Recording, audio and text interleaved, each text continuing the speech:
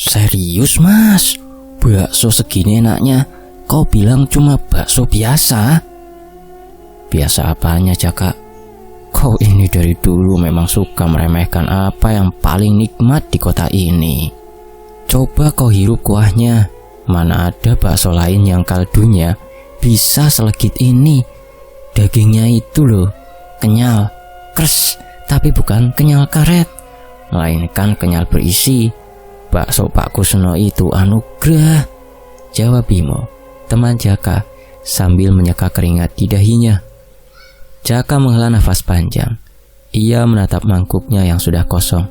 Sisa kuah kental berwarna coklat muda itu masih mengeluarkan uap tipis. Aromanya memenuhi udara panas di warung bakso Murni Jaya milik Pak Kusno di pinggir jalan raya utama desa Sidomukti. Warung ini memang tak pernah sepi, bahkan di tengah malam buta sekalipun. Selalu ada saja motor atau mobil mewah yang berhenti hanya untuk mencicipi anugerah dalam tanda kutip yang disebut Bimo. Sudah 10 tahun bakso Murni Jaya berdiri. Dari gerobak reot di bawah pohon beringin tua, kini Pak Kusno berhasil membangun kios permanen dengan parkiran luas dan lampu-lampu neon yang mencolok. Omsetnya, menurut gosip yang beredar luas, sudah mencapai puluhan juta per hari. Jaka sendiri adalah salah satu pelanggan setianya, setidaknya sampai 2 minggu yang lalu. Aku tidak bilang tidak enak, Bim. Justru itu masalahnya, ujar Jaka. Nadanya mendadak serius. Terlalu enak. Enak yang tidak wajar. Bimo tertawa keras. Hah, kamu mulai lagi dengan teori konspirasi tukang bakso. Sudah minum es tehmu. Kau terlalu banyak membaca cerita seram. Jaka mengabaikan ejekan Bimo. Ia mencondongkan tubuh ke depan. Kau ingat waktu itu aku membungkus 3 porsi untuk ibuku? Ibuku yang paling tahu rasa kaldu otentik di Sidomukti ini. Dia bilang baksonya biasa aja, bahkan kaldunya, katanya, terasa hambar. Itu karena kau telat menyampaikannya, Jaka. Kuah kaldu itu kan sensitif. Kalau sudah dingin, yo pasti rasanya berkurang, bela Bimo. Tidak, Bim. Aku membungkusnya dalam kondisi panas. Kuahnya aku masukkan dalam plastik terpisah. Kau tahu apa yang paling aneh? Jaka menjeda. Matanya kini tertuju pada Pak Kusno yang sedang melayani pelanggan di balik meja. Wajahnya datar, nyaris tanpa emosi. Yang paling aneh, kuah itu, kuah yang kucicipi saat di rumah, rasanya seperti kuah bakso instan. Tapi kuah yang ini, Jaka menunjuk sisa kuah di mangkuknya. Kuah yang kucicipi sekarang seolah memiliki lapisan rasa yang tersembunyi. Ada rasa manis yang menusuk, gurih yang pekat, dan ada rasa hangat yang merasuk sampai ke tulang. Jaka berdiri. Pikirannya kembali ke pengalaman pahit di rumahnya malam itu. Ia telah menyiapkan mangkuk, menyiram bakso dengan kuah panas yang ia bawa, dan mengundang ibunya. Ekspektasinya adalah pujian, yang ia dapatkan hanya pandangan aneh dari ibunya. Nak, ini bakso yang kau bilang paling enak itu. Kok kuahnya kok bening sekali, seperti air rebusan biasa, kata ibunya waktu itu. Jaka mencicipinya dan memang keajaiban rasa yang selalu ia rasakan di warung Pak Kusno raib tak berbekas. Rasanya hanya asin, gurih micin yang dangkal, dan daging bakso yang hanya terasa seperti tepung. Aku harus mencari tahu, Bim. Aku harus yakin, kata Jaka. Matanya kini dipenuhi tekad yang aneh. Ketidakwajaran itu menjadi obsesi. 2 hari setelah perdebatan dengan Bimo, Jaka kembali ke bakso Murni Jaya. Kali ini ia datang sendiri, pukul 11 malam, saat keramaian mulai mereda. Warung itu kini hanya menyisakan beberapa sopir truk yang beristirahat dan sepasang kekasih yang tampak terhanyut dalam semangkuk kelezatan. Jaka memesan 1 porsi. Saat mangkuk itu diletakkan di depannya, asapnya mengepul seperti kabut tipis. Jaka tidak langsung menyentuhnya. Ia mengamati isinya. 4 butir bakso urat besar, 2 butir bakso halus kecil, mie kuning, dan tauge yang disiram kuah. Kuah itu, selalu kuah itu. Ia mencicipi kaldunya pelan-pelan. Matanya terpejam. Rasa hangat itu kembali. Rasa yang tak bisa didefinisikan secara normal. Bukan rasa sapi murni, bukan rasa kaldu tulang yang dimasak lama, melainkan rasa hidup. Itu adalah rasa yang membuat lidah seolah menarik kegirangan, membuat perut terasa nyaman, dan membuat pikiran langsung kecanduan. Sempurna, bisik Jaka, dan ia mulai makan dengan lahap, menikmati setiap suap seolah itu adalah hidangan terakhirnya. Selesai makan, Jaka mengambil porsi take away. Kali ini ia tidak akan melakukan kesalahan seperti sebelumnya.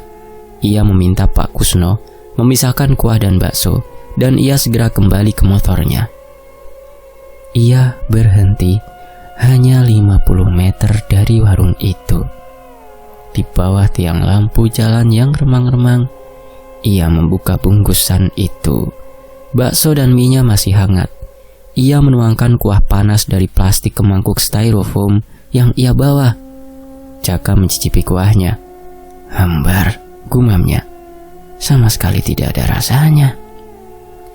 Rasa yang tadi mengguncang indranya, rasa yang membuatnya rela mengantri dan membayar mahal, kini hilang seolah ditiup angin. Hanya tersisa kaldu bening dan sedikit jejak rempah. Ia memuntahkan sedikit kuah itu di pinggir jalan. Jaka mendongak, menatap kembali ke warung Pak Kusno yang masih terang benderang. Pak Kusno terlihat sedang menyeka meja. Punggungnya menghadap Jaka. Jaka merasakan hawa dingin merayapi tengkuknya. Meskipun udara malam itu terasa gerah, ada sesuatu yang tidak beres, sesuatu yang sangat keliru. Rasa itu, rasa yang hanya ada di tempat, pasti berasal dari ritual tertentu. Hari-hari berikutnya adalah neraka bagi Jaka. Ia tidak bisa tidur nyenyak. Setiap kali ia memejamkan mata, ia melihat bayangan kabur Pak Kusno sedang mengaduk sesuatu yang pekat dan hitam di dalam panci. Ia mendengar bisikan samar di telinganya, seolah-olah rasa nikmat yang ia rasakan malam itu menuntut untuk kembali. Bahkan, kesehatannya mulai menurun. Wajahnya pucat, matanya cekung. Ia seperti orang yang kehilangan semangat hidup, terobsesi pada satu hal, mengungkap rahasia di balik kenikmatan bakso murni Jaya. Ia mencoba mencari jawaban logis. Apakah Pak Kusno menggunakan vetsin berlebihan? Tidak, rasa vetsin bisa terasa di rumah. Apakah ada bumbu rahasia yang hanya ditambahkan saat disajikan? Ia sudah mengamati. Tidak ada. Pak Kusno hanya menyiram kuah dari panci besar itu saja. Setelah 2 minggu terombang-ambing antara penasaran dan ketakutan, Jaka memutuskan untuk mengambil langkah drastis. Ia mencari bantuan. Ia tidak menjelaskan pertemuannya dengan Pak Harjo kepada siapapun, bahkan kepada Bimo. Ia tahu jika ia menceritakan kalau dia meminta Pak Harjo untuk membongkar rahasia tersebut, namun yang ada adalah beliau membantu karena pesugihan itu tidak begitu penting baginya dan bukan haknya untuk membuka rahasia tersebut. Namun akhirnya menyerah karena desakan Jaka. Bimo hanya akan menganggapnya gila. Jaka hanya tahu satu hal, ia kini memiliki pertahanan. Pak Harjo memberinya sebuah amalan, sebuah kunci, bukan untuk menyerang, melainkan untuk melihat apa yang tersembunyi di balik tabir nafsu dan kenikmatan yang memabukkan. Jaka harus melafalkan amalan itu berulang kali sebelum dan selama ia berada di dekat warung itu. Jaka merasa skeptis, tetapi ia tidak punya pilihan. Kekuatan rasa bakso itu kini terasa seperti kutukan. Ia merasa semakin lemah, semakin terikat setiap kali ia mengingat kelezatan kuah kaldu di tempat itu. Malam Jumat Kliwon, Jaka memutuskan untuk bertindak. Ia mandi kembang tengah malam, mengenakan pakaian serba hitam, dan melafalkan amalan itu hingga ia merasa tubuhnya dialiri energi yang dingin dan tenang. Ia memasukkan sebuah botol air mineral kosong ke dalam tasnya. Ketika ia tiba di warung bakso Murni Jaya, suasananya terasa berbeda. Padahal warung itu ramai seperti biasa, penuh dengan tawa dan obrolan para pelanggan. Tetapi bagi Jaka, kini warung itu diselimuti lapisan ilusi yang tebal. Lampu-lampu neon yang tadinya terasa terang, kini terasa memudar. Aroma bakso yang tadinya menggugah selera, kini terasa sedikit amis di balik lapisan gurih yang kuat. Dan Pak Kusno, wajah Pak Kusno yang dulu datar, kini terasa seperti topeng yang dipaksakan. Matanya tampak terlalu cekung, dan senyum tipisnya terasa seperti seringai. Jaka duduk di pojokan, memilih meja yang paling dekat dengan area masuk. "1 porsi, Pak," kata Jaka. Suaranya sedikit bergetar. Pak Kusno menoleh. Mata mereka bertemu sejenak. Jaka merasakan sensasi seperti jarum menusuk-nusuk di dadanya, seolah Pak Kusno tahu malam ini berbeda. Jaka memejamkan mata, mengulang amalan itu dalam hati. "Ya Jabbar, ya Qahar." Mangkuk itu datang. Kuah kaldu mengepul. Kali ini aroma amisnya lebih jelas, tapi ia bisa mencium bau gurih yang datang dari kuah itu. Bau yang membuat perutnya mendadak keroncongan, seolah tubuhnya sudah kecanduan tingkat akut. Jaka mengambil sendok, dan saat ia hendak menyentuh kuah itu, tiba-tiba terdengar suara parau dari arah belakang. "Mas, kuahnya jangan terlalu cepat diaduk, biar meresap dulu rasanya," kata seorang pelanggan tua di belakangnya. Entah dari mana datangnya, Jaka menoleh, tetapi pelanggan itu sudah sibuk dengan mangkuknya. Jaka merasakan dorongan, bukan dorongan fisik, melainkan dorongan naluriah. Suara kecil yang berbisik di benaknya, "Ambil sendiri, buktikan sendiri." Jaka tidak bisa menahan dorongan ini. Ia harus melihat dengan matanya sendiri dari mana kuah ajaib ini berasal. Jaka berdiri, jantungnya berdebar kencang. Ia tahu langkah yang akan ia ambil ini akan mengubah segalanya. Tidak hanya untuk dirinya, tetapi mungkin untuk seluruh desa Sidomukti. Suasana di area masak cukup sibuk. Ada 1 asisten Pak Kusno yang sibuk memotong daging, dan 1 lagi sibuk mengantarkan pesanan. Pak Kusno sendiri berdiri di depan panci raksasa yang menjadi pusat dari keajaiban rasa bakso Murni Jaya. Panci itu terbuat dari baja tebal. Ukurannya jauh lebih besar dari panci bakso biasa. Kuah di dalamnya mendidih perlahan, mengeluarkan uap tebal yang membuat area itu terasa panas luar biasa. Jaka berjalan mendekat. "Maaf Pak Kusno," kata Jaka, berusaha agar suaranya terdengar normal di tengah degup jantung yang memburu. "Boleh saya minta tambahan kuah sedikit? Kuah yang di mangkuk saya tadi tumpah." Pak Kusno mengangkat kepalanya. Wajahnya tampak sedikit menegang. Ia diam sejenak, menatap Jaka dengan tatapan yang sulit diartikan. Itu bukan tatapan marah, melainkan tatapan terkejut yang tertutup rapat oleh ketenangan yang dipaksakan. "Silakan Mas," jawab Pak Kusno. Suaranya serak. "Ambil saja sendiri, ladanya ada di sana." Pak Kusno menunjuk sebuah ladle atau sendok sayur. Sayur besar, sendok sayur besar yang tersangkut di pinggir panci. Irus kalau bahasa Pemalangi. Jaka tahu, inilah momennya. Pak Kusno sengaja membiarkannya mengambil sendiri. Mungkin karena terkejut, atau mungkin karena Pak Kusno yakin Jaka tidak akan melihat apa-apa. Jaka meraih ladle itu. Tangan kirinya memegang botol air mineral kosong yang ia selipkan di saku. Tangannya berkeringat dingin, tetapi amalan yang ia lafalkan memberinya kekuatan untuk mengendalikan getaran di tubuhnya. Ketika ia memegang gagang ladle yang panas itu, ia merasakan sensasi aneh. Udara di sekitarnya terasa tebal dan berat. Aroma amis dan gurih itu kini bertarung di hidungnya. Jaka mendekatkan ladle ke permukaan kuah kaldu yang keruh. Kuah itu tampak berminyak dengan gumpalan lemak putih kekuningan mengambang di atasnya. Jaka menarik nafas, dan pada saat yang sama, ia merasakan amalan itu memuncak di dalam hatinya. Ya Jabbar, ya Qahhar. Kekuatan untuk menundukkan yang sombong dan untuk menaklukkan yang gaib. Ia memasukkan iros itu. Seketika pandangan Jaka berubah. Lapisan ilusi di sekitarnya runtuh. Lampu-lampu neon kini tampak redup, menyorot area itu dengan cahaya kuning yang sakit. Dinding warung yang tadinya berwarna cerah kini tampak kusam, seolah diselimuti jamur tak kasat mata. Dan yang paling mengerikan, uap yang mengepul dari panci itu kini tampak berwarna keunguan di mata Jaka, bukan putih biasa. Saat Jaka mengaduk kuah di dalam panci, ia tidak hanya merasakan cairan panas, ia merasakan ada tekstur yang aneh di dasar panci. Tekstur yang lembut tetapi berlendir. Ia mengaduknya lebih dalam, jauh di bawah gumpalan lemak dan kaldu. Ladle itu menyentuh sesuatu yang elastis. Jaka mengangkat iros itu perlahan-lahan. Semua pelanggan yang sedang makan di warung itu seolah-olah ditarik oleh sesuatu daya tak terlihat, menghentikan aktivitas mereka dan menoleh ke arah panci.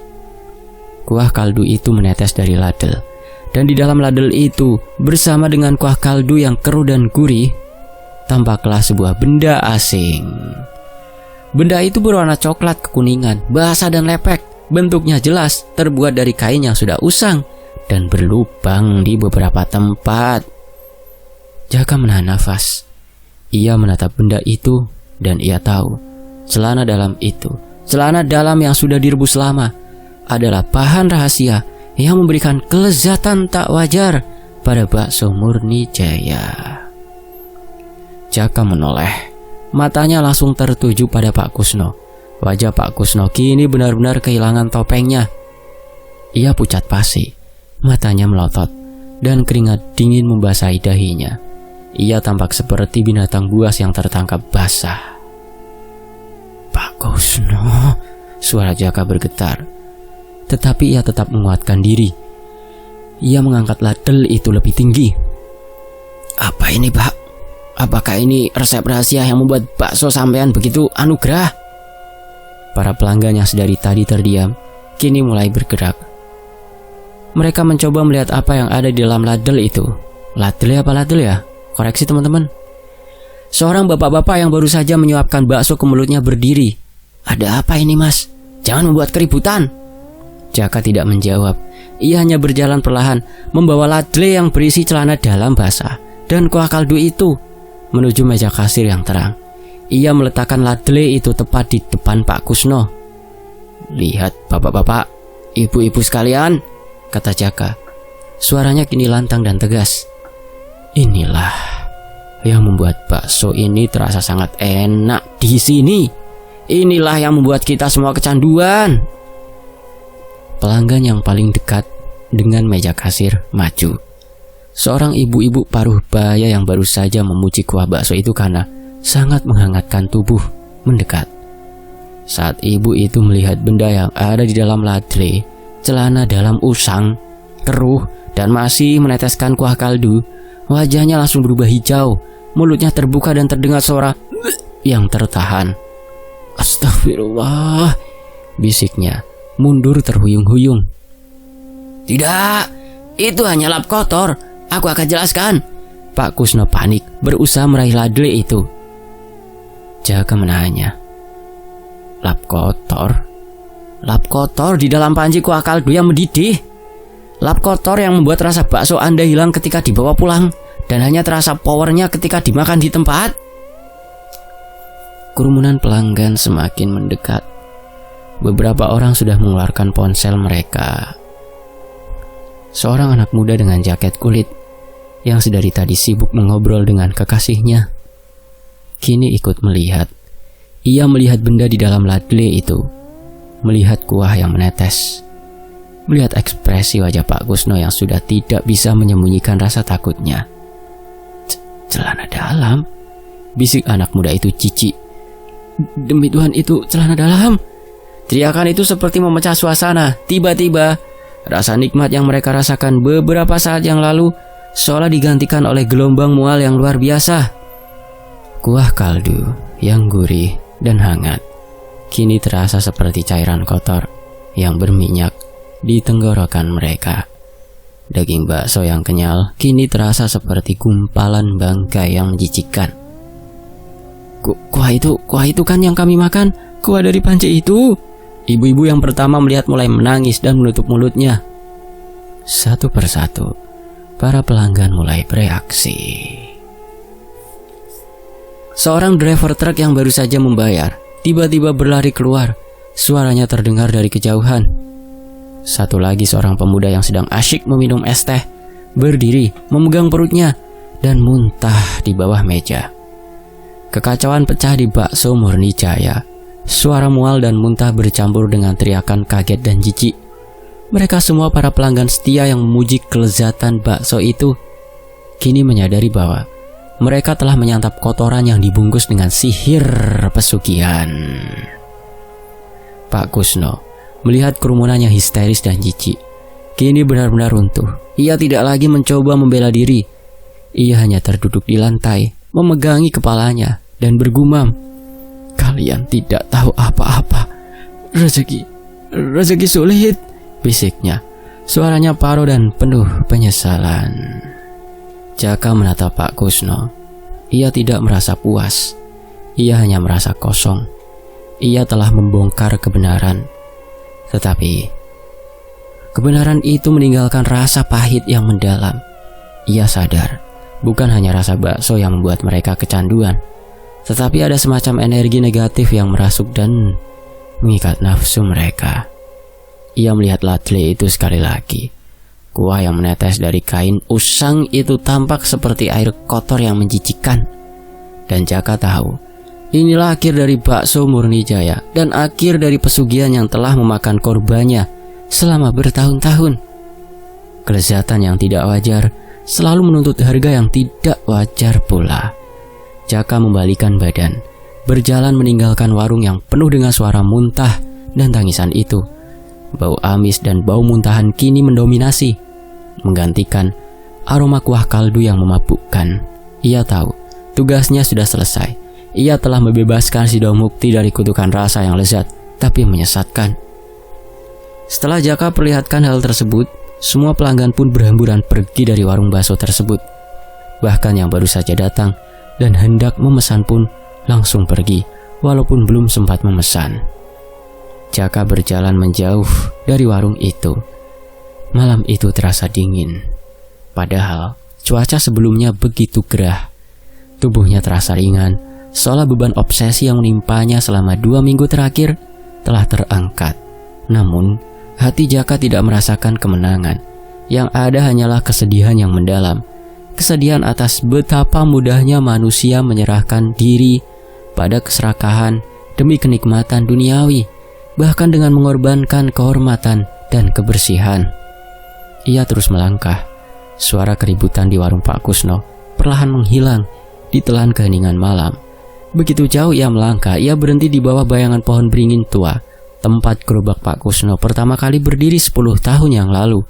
Di sana, ia merasakan kehadiran lain, bukan kehadiran yang menakutkan seperti di warung, melainkan kehadiran yang sunyi dan mengamati. Tiba-tiba, dari kegelapan di bawah pohon, sebuah suara berbisik selembut angin malam. "Sudah selesai, Nak?" Jaka menoleh. Ia melihat sosok tua bersandar di batang beringin. Sosok itu mengenakan sarung dan baju koko. Penampilannya sederhana. Jaka tahu beliau adalah Pak Harjo yang ia temui. Jaka ingat, Pak Harjo tidak pernah ingin terlibat. Ia hanya ingin menjaga keseimbangan, bukan merusak ikatan yang telah dibentuk oleh karma dan nafsu. "Kenapa Bapak ada di sini?" tanya Jaka. Suaranya sedikit meninggi. Pak Harjo tersenyum tipis, senyum yang menunjukkan kebijaksanaan yang mendalam. "Aku tahu, Nak. Aku tahu malam ini akan terjadi. Energi yang kau bawa begitu kuat. Nafsu ingin tahu seorang manusia selalu lebih kuat daripada bisikan hati nurani." Dia menggunakan celana dalam yang direbus di kaldunya, Pak. Itu sangat menjijikkan," ujar Jaka. Rasa mual kembali menyeruak. Bukan hanya itu, nak, balas Pak Harjo. Tatapannya menerawang ke arah warung yang kini sudah menjadi lautan kemarahan. Benda itu hanyalah wadah, sebuah jembatan untuk mengikat kodam pesugihan. Celana dalam itu sudah dicelupkan ke dalam sumur tua dan diisi dengan mantra pengikat. Yang kau dan semua pelanggan makan bukan sekedar kuah kotor. Yang kalian makan adalah energi pengikat yang membuat lidah tumpul pada rasa lain dan hanya setia pada kelezatan buatan itu. Jaka terdiam, mencerna penjelasan itu. Ia merasa semakin jijik. Kodam apa, Pak? Kodam pemuas nafsu, jawab Pak Harjo singkat. Dia tidak hanya menjanjikan uang. Dia menjanjikan kekayaan instan, tetapi dengan imbalan. Ia harus menumbalkan kebahagiaan dan kewarasan orang lain. Rasa enak itu adalah racun, nak. Racun yang membuat orang buta dan lupa bahwa ada kelezatan yang lebih murni di luar sana. Pak Harjo melangkah maju, mendekati Jaka. Aku enggan membongkarnya, karena pesugihan itu, nak, tidak akan berhenti hanya dengan membongkar aibnya. Pak Kusno hanya pion. Kodam itu sudah terlanjur terikat di tempat ini, di tanah ini. Lalu apa yang harus dilakukan? Jaka kini merasakan ketakutan yang berbeda. Ketakutan yang lebih besar dari sekedar celana dalam di kuah bakso. Kau sudah melakukan bagianmu, kata Pak Harjo, menepuk bahu Jaka. Kau telah membuka mata mereka. Kau telah memutus ikatan yang dibuat Pak Kusno.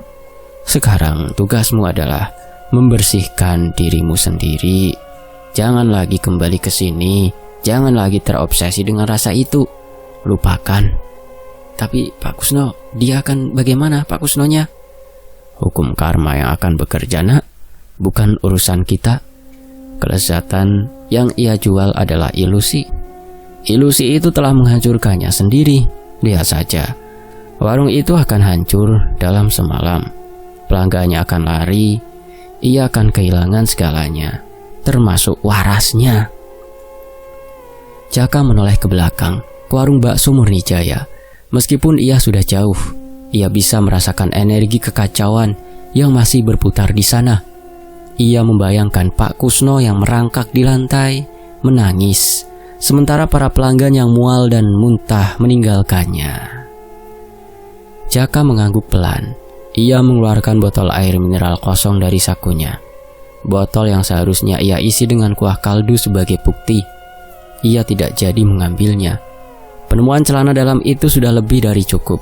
Bukti fisik itu adalah pukulan telak yang membuat kodam itu mundur, setidaknya untuk sementara. Terima kasih, Pak. Matur nuwun, kata Jaka tulus. Bukan aku yang kau berikan terima kasih, jawab Pak Harjo. Kau punya keberanian. Keberanian itu adalah benteng terbaik dari segala jenis pesugihan. Sekarang pulanglah. Obsesimu membongkar pesugihan itu sudah terpuaskan. Pak Harjo menghilang secepat ia muncul, kembali menyatu dengan bayangan di bawah pohon beringin. Jaka berdiri sendirian di pinggir jalan yang gelap. Nafasnya terasa lebih lega. Keesokan harinya, berita tentang bakso Murnijaya menjadi headline di seluruh desa Sidomukti, bahkan sampai ke kota tetangga. Polisi turun tangan dan warung Pak Kusno disegel. Tentu saja, pihak berwenang hanya mencatatnya sebagai kasus pencemaran makanan. Tidak ada yang berani menyebut kata pesugihan secara terbuka. Namun Jaka tahu, para pelanggan yang hadir malam itu tahu, dan kebenaran meskipun menjijikan telah membebaskan mereka. Jaka tidak pernah lagi menyentuh semangkuk bakso yang dijual di pinggir jalan. Tidak peduli seberapa ngambreng harum aromanya atau seberapa ramai pembelinya. Ia belajar bahwa terkadang rasa yang paling nikmat adalah yang paling berbahaya. Dan kenikmatan sejati harus datang dari kerja keras, bukan dari ikatan gaib dengan jin pencari rezeki. Ia menjalani hidupnya dengan kewaspadaan baru, selalu curiga terhadap hal-hal yang terlalu enak dalam tanda kutip atau terlalu mudah dalam tanda kutip. Dan setiap kali ia mendengar suara tawar yang orang-orang yang menikmati makanan sederhana Ia tersenyum karena ia tahu di balik kenikmatan yang murni ada kedamaian yang tak ternilai harganya. Kedamaian yang tidak akan pernah bisa ditukar dengan semangkuk kuah kaldu yang telah direbus bersama dosa. Sejak kejadian tersebut, Jaka kini mulai memilih-milih tempat untuk makan jika berada di luar rumah. Sebab dia tidak mau menjadi korban dari tumbal pesugihan yang tidak disengaja. Setiap memasuki rumah makan atau warung makan, Jaka selalu merapalkan amalan dari apa yang diajarkan Pak Harjo supaya terhindar dari praktik pesugihan lagi. Sempat ada beberapa warung yang diindikasikan menggunakan pesugihan yang hampir sama, bahkan lebih menjijikkan dari sekedar celana dalam yang ikut direbus dalam kuah kaldu. Beberapa warung bahkan menggunakan air liur pocong yang menetes di setiap makanan di warung tersebut. Namun Jaka tidak mau mencampuri urusan pesugihan itu lagi. Dia membiarkan karma yang nantinya akan membongkar pesugihan tersebut. Selesai. Demikianlah sebuah kisah, semoga bisa mengambil hikmah. Terima kasih Mas Rian, terima kasih Pak Harjo, dan terima kasih buat teman-teman yang sudah menyimak hingga selesai di Tony FS. Pamit undur diri dulu, sampai jumpa di kisah berikutnya. Wassalamualaikum. Alhamdulillah.